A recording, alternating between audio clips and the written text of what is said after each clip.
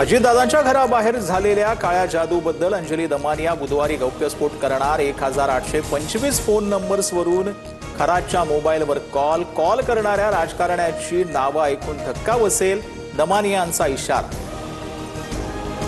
प्रतिभा साखळेकरांची शिर्डी पोलिसांकडून 8 तास चौकशी। समता पतसंस्थेत माझ्या नावे बनावट खाते आणि सह्या 1ही रुपयाची उलाढाल केली नाही।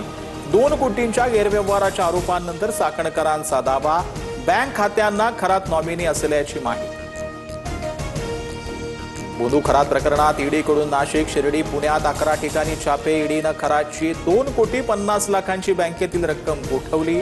खरातच्या जवळपास 10 कोटींच्या मालमत्तेची ओळख पटली। खरातच्या मालमत्तेवर ईडीची टाच। बंगल्यासह फार्म हाऊस आणि आलिशान गाडी ही जप्त। आर्थिक व्यवहार आणि बेनामी संपत्तीबाबत तपास। खरातसह पत्नीची 3 बँक खाती सील। बोधू अशोक खरातला 3ऱ्या गुन्ह्यामध्ये 7 दिवसांची न्यायालयीन कोठडी, तर 4थ्या गुन्ह्यात खरातचा ताबा एसआयटीकडे। उद्या पुन्हा न्यायालयात हजर करणार।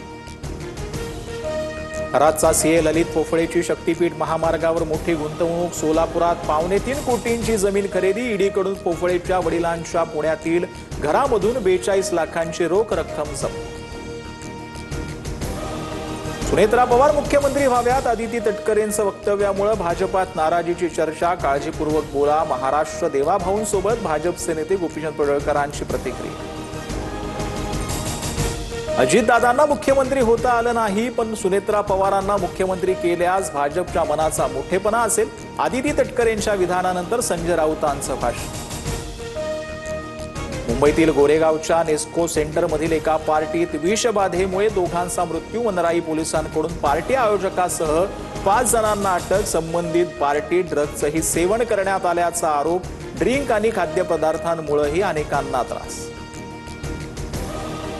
स्वरसंबरागिनी आशा भोसले अनंतात विलीन। शिवाजी पार्कातील स्मशानभूमी शासकीय इतमामात अंत्यसंस्कार। भारतीय संगीत क्षेत्रातील एक तेजस्वी तारा निखळला। भोसले मंगेशकर कुटुंबियांसह संपूर्ण देश शोकाकुल।